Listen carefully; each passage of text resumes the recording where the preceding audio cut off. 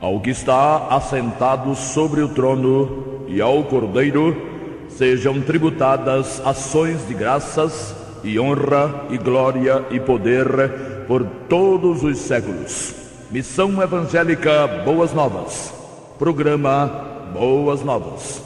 O que jamais passou pela mente de pessoa alguma em toda a história do gênero humano, salvação eterna, vida eterna de graça, sem participação humana nenhuma, é o que pregamos, porque é isso que significa o Evangelho da Graça do Senhor Jesus.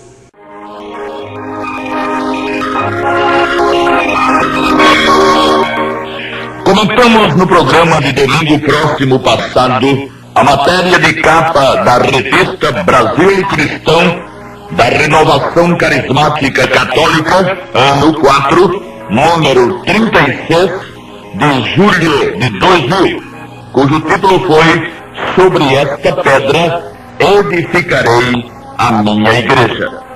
Vimos que, a despeito de ter Jesus de fato denominado Pedro de Pedra e de uma grande pedra, já que ele o chamou de Kefas, que é o correspondente aramaico da palavra grega Petros, cujo significado é maciço, rochoso, não disse o Senhor que seria sobre Pedro que ele edificaria a sua igreja, mas sobre a declaração de que Jesus era o Cristo, o Filho do Deus vivo.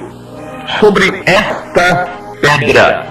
Esta indica a coisa mais próxima, que foi exatamente a declaração do apóstolo, que tendo dele saído, saíra da rocha. Ou seja, a confissão de Pedro de ser Jesus o Cristo, o Filho do Deus vivo, foi uma pedra que teve origem em Pedro, a pedra maior. Mas o Senhor não disse sobre ti, mas sobre esta pedra edificarei a minha igreja.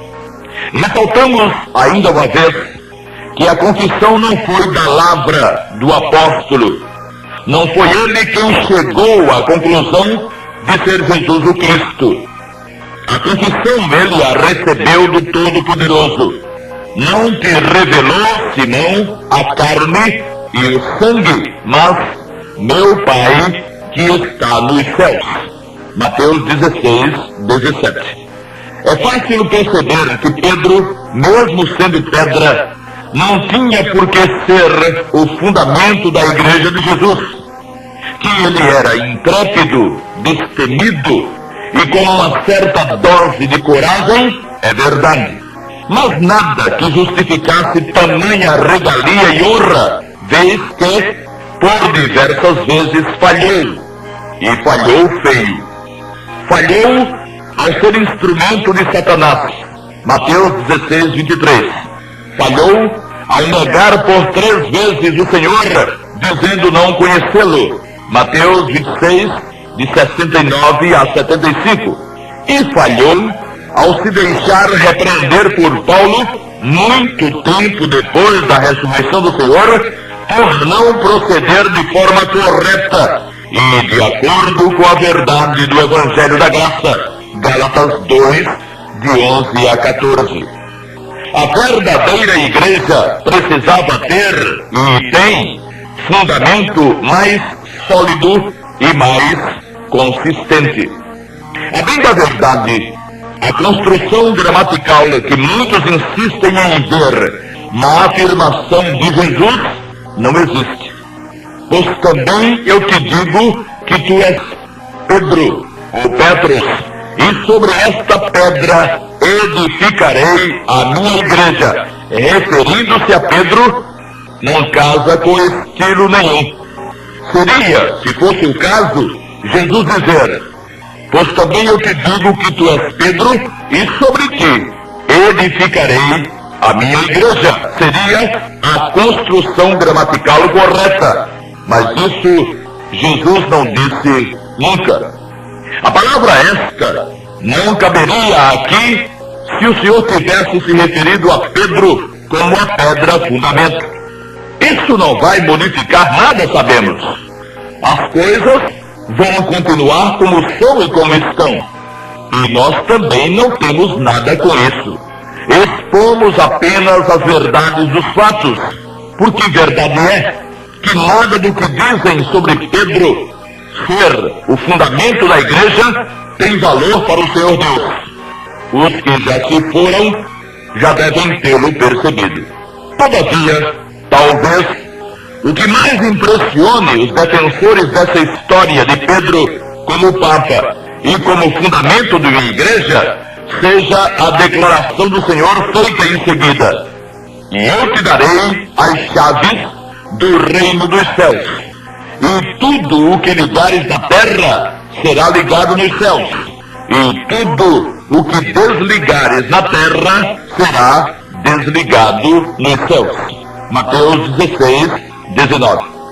Algumas considerações devem ser feitas e alicerçadas aqui, para que não paire qualquer dúvida sobre o que foi dito, e para que não pareça estarmos deliberada e teimosamente invertendo os fatos e distorcendo os textos. Primeiro, fosse o que fosse que o Senhor tivesse permitido a Pedro, teria permitido só a Pedro ali, naquele instante. Não está dito e não pode ser concluído a bem da verdade, e conforme as regras da hermenêutica bíblica, que Pedro poderia transferir para alguém o que recebesse de Jesus. A construção gramatical utilizada naquele texto, ou nesse texto, aponta exclusivamente Pedro como o depositário da bênção e do poder conferidos pelo Senhor. Te darei o que ligares e o que desligares tratam da segunda pessoa do singular, uma só pessoa, Pedro, e mais ninguém nesse texto. O pronome e as flexões dos verbos testificam isso. O Senhor cumpriu posteriormente, conforme João 20 e 23, sua promessa a Pedro, porém, delegou poder não só a ele, mas a todos os apóstolos. Poder de conceder perdão ou de reter pecados, o que comentaremos posteriormente. De início, é preciso atentar para a definição da espécie de reino do qual Pedro teria as chaves. Pessoas menos atentas aos detalhes consideram como sendo uma só coisa reino dos céus e reino de Deus. Por conta disso, temos provado, já foram feitas afirmações completamente destituídas de verdade, e onde a bem-aventurança da fé-confiança no sangue do Senhor Jesus passa a fé-confiança a não significar mais que nada. As narrativas de Mateus, Marcos, Lucas e João indicam claramente a existência de dois conceitos, de duas esferas de ação e de responsabilidade quando esses reinos são mencionados. Reino dos céus é o reino onde estão os anjos, as crianças ou os ainda inimputáveis, sem responsabilidade plena. É o reino onde esteve Satanás quando querubim, onde estiveram os anjos que o seguiram e onde estiveram Adão e Eva antes do pecado. Reino dos céus será também a esfera que será vivida durante o milênio, quando os animais ferozes comerão palha como o boi.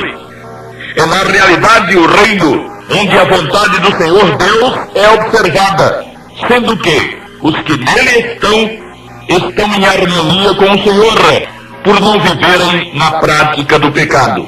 Tenha-se em mente que, todavia, não sendo inimigos de Deus, nenhum deles é filho.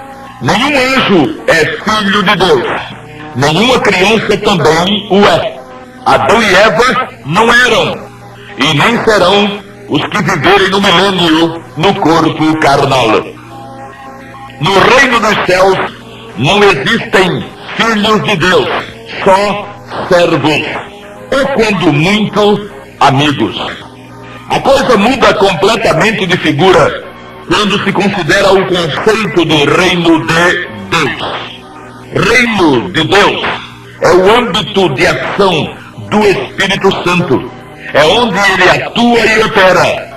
Pertencem ao reino de Deus apenas e tão somente aqueles que possuem o selo, o penhor e o batismo com o Espírito Santo, o que acontece com todos os remidos, todos indistintamente. A Nicodemos, o Senhor disse: aquele que não nascer de novo não pode ver o reino de Deus e não pode entrar no reino de Deus. João 3, 13 e 5.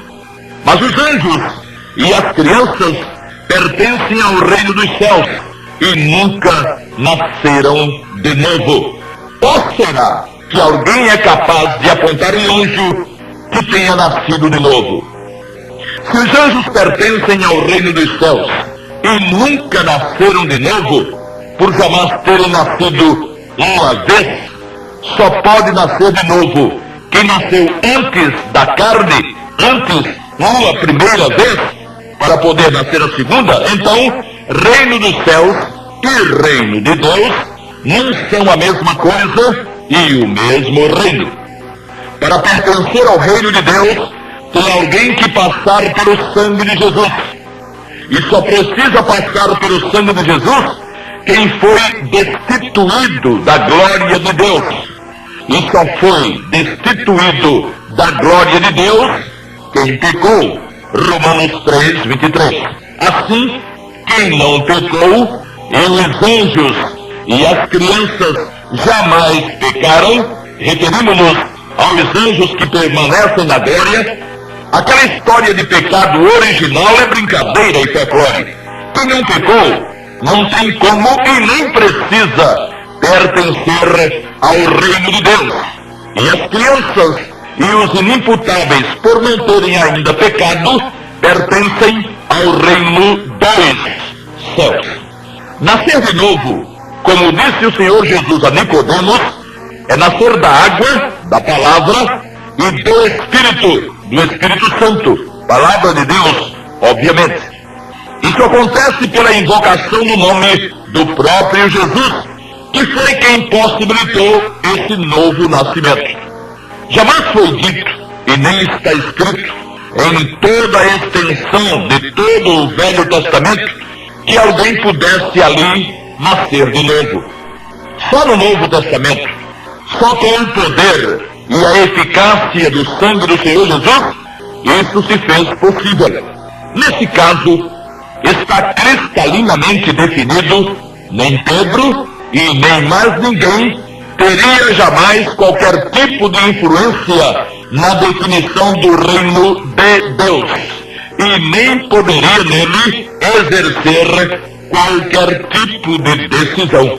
E é exatamente o que está escrito: eu te darei as chaves do reino dos céus, e tudo o que ligares na terra será ligado nos céus, e tudo o que desligares na terra será desligado nos céus. Quando isso aconteceu? O Senhor, na questão que enfocamos, usou o verbo no futuro. Aqui, à altura da vida e do ministério de Pedro, a promessa se cumpriu. A promessa foi cumprida depois da ressurreição do Senhor. João conta como foi. Estavam reunidos 10 dos apóstolos. Tomé não estava entre eles. E Jesus, aparecendo, lhes disse, assoprando sobre eles: recebei o Espírito Santo. Aqueles a quem perdoardes os pecados, lhes são perdoados. E aqueles a quem os retiverdes, lhes são retidos. João 20, 22 e 23. Verifica-se que não apenas Pedro, que havia recebido a promessa, recebeu o cumprimento dela, mas todos os demais apóstolos também receberam. O Espírito Santo lhes foi assoprado pelo Senhor, dando-lhes condições de operar. Ora, Pedro e os demais apóstolos não estavam recebendo, Pedro e os demais, a autorização para o perdão da culpa dos pecados. É infantil imaginar alguém que um homem pecador e falho, como era Pedro e como eram os outros apóstolos, pudessem os outros apóstolos, de um momento para o outro, determinar quem poderia ou não ser salvo. Ele mesmo, Pedro, nunca disse isso, e nem foi dito acerca dele. E o que aconteceu então? Aconteceu ter recebido Pedro poder para alterar as consequências imediatas do pecado de alguém. Naquele momento em que o Santo Espírito iniciaria o seu ministério ou a sua dispensação. Milagres e maravilhas eram operados pelos apóstolos. No caso de Ananias e Safira, de forma bem definida, cumpriu-se na vida e no apostolado de Pedro o que lhe fora dito por Jesus. Tendo ele repreendido ao casal, morreram Ananias e Safira por ter-lhes o pecado sido retido. Mas não está dito que, sendo Ananias e Safira remidos, se de fato eram, deixaram de sê-lo ante a repreensão de Pedro. As consequências do pecado de ambos não foram perdoadas e eles morreram. Mas a culpa do pecado, essa, no caso de serem eles remidos, já tinha sido tratada pelo sangue do Senhor. E nem Pedro, nem ninguém mais teria como alterar ou inutilizar tal bênção. A crença do clero romano é que não apenas Pedro perdoava a culpa do pecado, como ainda por cima delegou tal poder a seus supostos sucessores, que por sua vez deram esse poder aos seus comandados. Daí nasceu a confissão com todos os seus desdobramentos.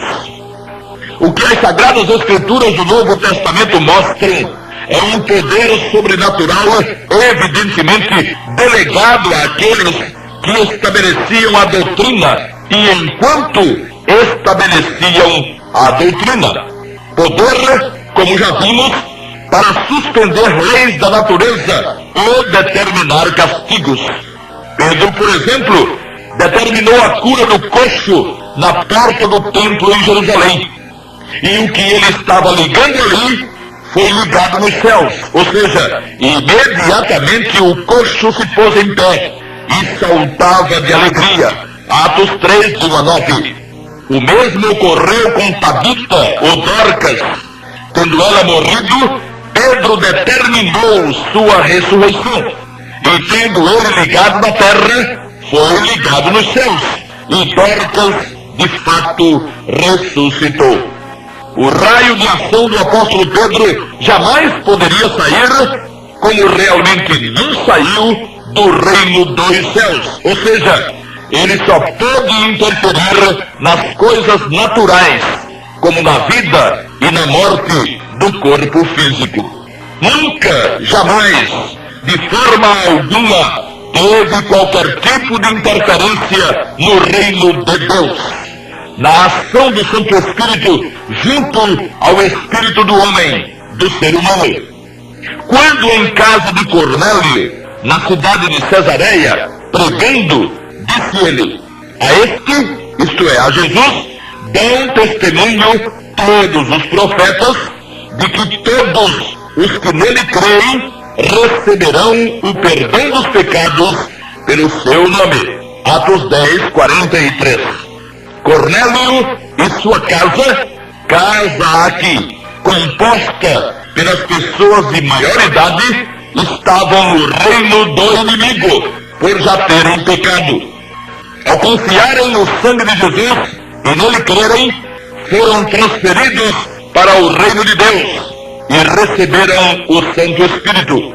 As provas são abundantes e claras de que no reino dos céus não estão pessoas perdoadas e remidas, mas pessoas que jamais pecaram. Ninguém pode sair do reino dos céus para o reino de Deus. Daí a impossibilidade da conversão de uma criança. Se a criança não tem do que ser perdoada, então ela não pode transferir-se para o reino de Deus, pertencendo como pertence ao reino dos céus. Seria uma calamidade completa tivesse Pedro recebido o poder de perdoar pecados quanto à culpa. E pior ainda, tivesse Pedro o poder de reter os pecados de alguém quando lhe conviesse. É uma tristeza que milhões de pessoas vivam e morram nesse engano infame, imaginando mesmo que um sacerdote lá para as tantas possa determinar o perdão da culpa de seus pecados. É uma tristeza imensa, porque pecado nenhum é perdoado quanto à culpa, senão pelo próprio Deus que o perdoa, baseado na invocação daquele que está sendo perdoado ao nome de seu Filho Jesus. O que se vê por aí são pessoas que, cumprindo um ritual ou uma tradição, procuram um confessionário e derramam, às vezes, piedosamente, seus lamentos e misérias morais. E saindo dali, chegam ao absurdo de se sentirem aliviadas e mais leves, como se realmente tivessem sido perdoados seus pecados. O que é que esse povo pensa que Deus é? O perdão é um dos aspectos da grande doutrina da salvação eterna, a soteriologia. A mecânica do plano salvador inclui, como etapas para a redenção perfeita do pecador, desde a imputação, que é a colocação da culpa do pecado sobre Jesus, e a colocação da justiça de Jesus sobre o pecador, passando pelo perdão e pela justificação até a glorificação. A maioria dessas etapas é objetiva, isto é, ocorre diante de Deus, a exemplo do perdão. O perdão da culpa do pecado do remido, que é o que o fez remido, aconteceu na presença do Todo-Poderoso. Foi Ele, Deus, quem perdoou. Pedro não poderia entrar nessa profundeza toda. Aliás, tratando-se do reino de Deus, Pedro sempre esteve fora.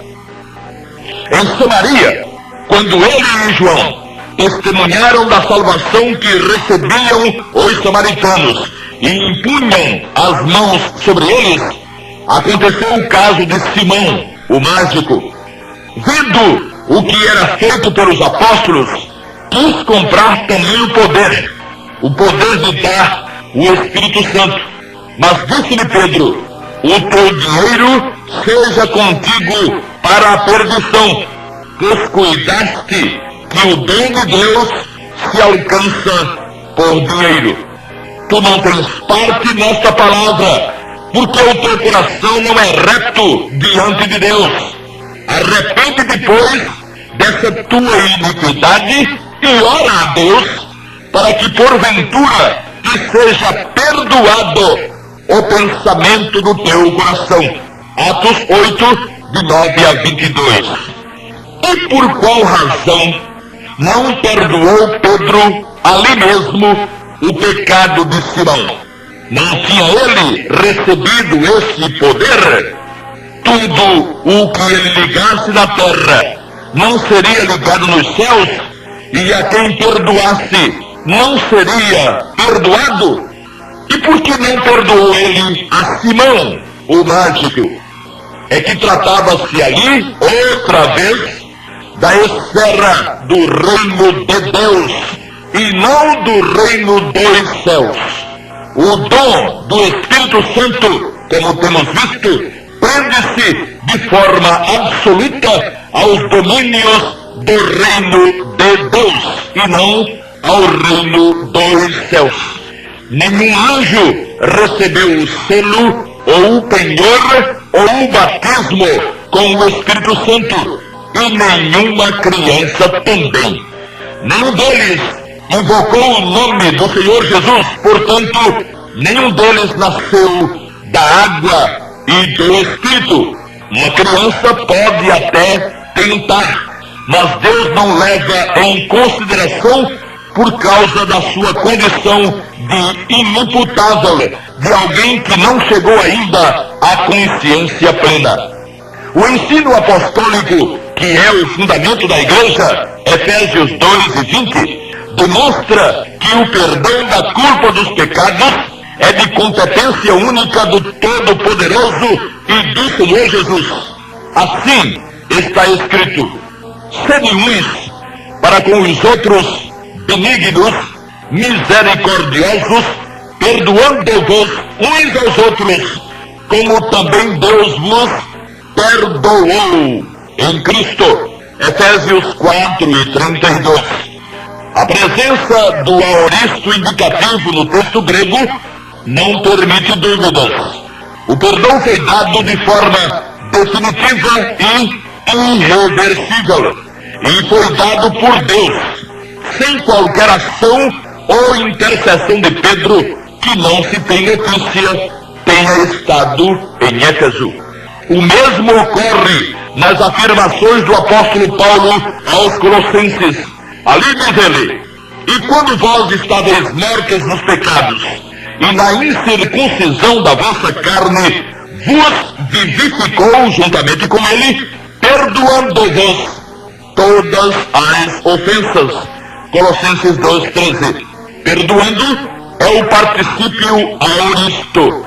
De novo, trata-se de uma ação perfeita e consumada, sem nada de Pedro e nem de ninguém, ajudando ou atrapalhando.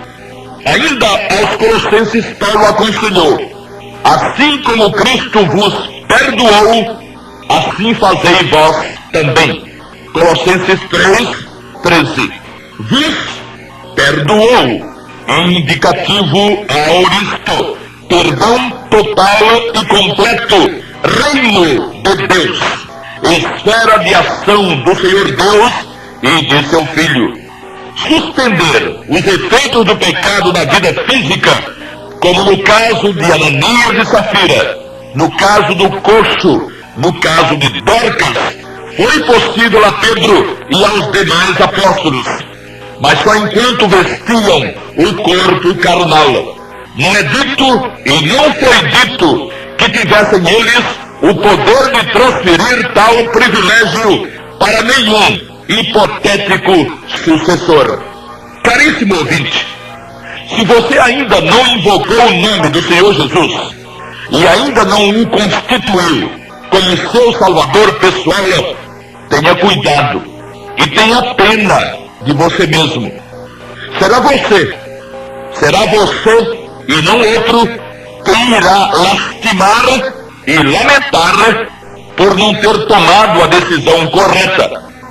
Essa conversa de homens perdoando pecados é velha, mas nem por isso é verdadeira. Fuja disso enquanto é tempo. Você precisa muito ter os pecados perdoados, mas não brinque, não facilite. Você pode estar cometendo um erro de lastimáveis consequências.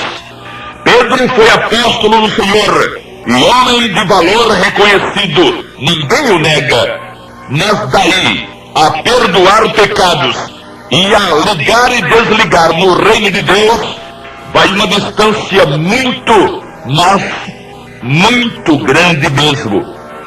Finalizamos nossos comentários afirmando mais uma vez que de fato o Senhor Jesus denominou Simão de Petros, uma grande rocha, e não de uma pedrinha, como querem alguns. O que é? O que o Senhor não fez foi afirmar que era ou que seria sobre Petros que ele edificaria a igreja. Ele disse que o faria sobre Petra, sobre a afirmação que de Pedro saiu, a afirmação de ser Jesus, o Cristo, o Filho do Deus vivo. que crê diferente, amigo ouvinte, é com você. Se vai continuar confessando seus pecados a outro pecador, é bom que saiba o que está fazendo, porque com Deus não se brinca. Entretanto, se sua intenção é estar em paz com Deus, é não ser surpreendido nas coisas seríssimas da eternidade, você só tem uma coisa a fazer: invocar o nome do Senhor Jesus. Isso é fácil demais, não é? É assim que muitos consideram. E num tremendo ato de loucura, aliás, chamam a graça da salvação de graça barata. Não leve a sério o que eles dizem, porque eles não sabem o que dizem. Só existe solução para o problema da eternidade no sangue de Jesus. E de graça, completamente de graça. Aproveite, venha para a graça, invoque o nome do Senhor Jesus já, e você será perdoado de fato, mesmo para todo sempre. Amém.